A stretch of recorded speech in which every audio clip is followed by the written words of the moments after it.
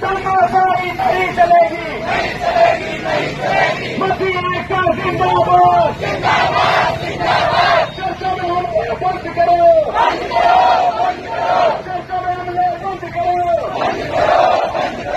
मसीह का जिंदाबाद, मसीह का जिंदाबाद,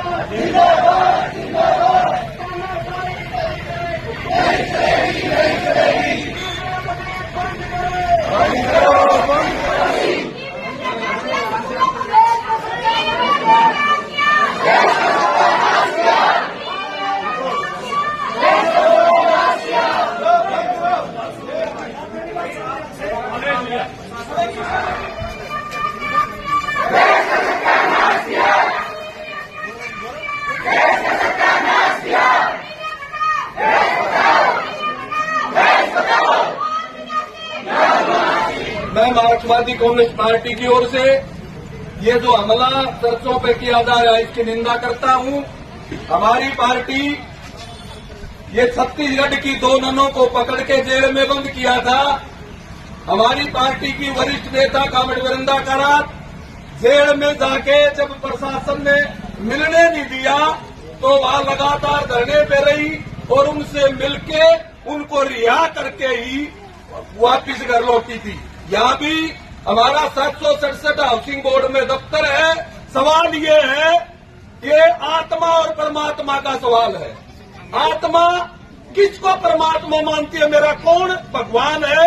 ये मेरी मर्जी है, किसी के साथ जबरदस्ती नहीं की जा सकती। कोई मंदिर में जा रहा है, कोई मस्जिद में जा रहा है, कोई चर्च में जा रहा है, कोई गुरुद्वारा में जा रहा है। धर्म व्यक्ति का अपना मामला है। हमारा देश धर्मनिरपेक्ष देश है। इसका मतलब ये है कि किसी के धार्मिक उसमें अनुष्ठान में कोई दखलंदाजी नहीं करेगा और राज का कोई धर्म नहीं होगा। राज का धर्म ये है, किसी धर्म को नीचा नहीं दिखाएंगे और किसी धर्म को ऊंचा नहीं दिखाएंगे। ये जो हिंदू राष्ट्र की बात करते हैं, इस धर्म में जो षड्यंत्र मारा है उसके कारण ये जो मनुस्मृति ने पैदा कर दी ऊंच नीच, उसके कारण अगर आदिवासियों को पढ़ाया जाता है तो इनको तकलीफ होती है।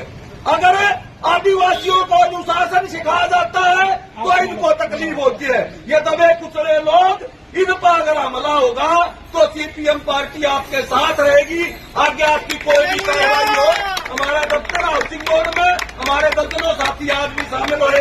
अंत में फिर आपकी मांगों का समर्थन करते हुए और जींद प्रशासन से ये कहना चाहते हैं, ये जो मस्टंडे धर्म का नाम पे बिना बात हमला करे हैं, इनके खिलाफ कार्रवाई करो, इनकी गिरफ्तारी करो, नहीं तो बड़ा आंदोलन का सामना करना पड़ेगा। बहुत बहुत धन्यवाद। कि भाई प्रशासन के खिलाफ हमने काम नहीं करना है। प्रशासन ने एफआईआर दर्ज कर रखी है, उनको गिरफ्तारी के लिए हम आए थे। आराम से डीसी साहब आएंगे, उनको ज्ञापन देंगे हम। कोई किसी प्रकार का अगर कोई दूसरा आदमी है उसको आइडेंटिफाई करो और पुलिस को पकड़वा दो, ठीक है?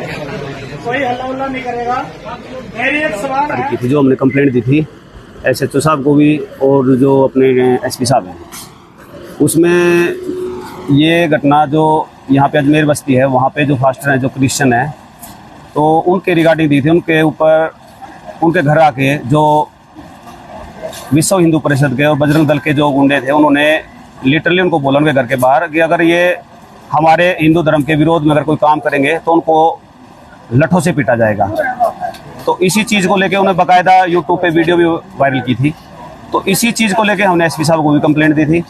एसपी साहब को जब इस चीज़ का संज्ञान का मालूम हुआ तो उन्होंने तुरंत प्रभाव में 1 तारीख को जांच पड़ताल करके मुकदमा दर्ज कर दिया 6 लोगों के खिलाफ और अन्य के खिलाफ।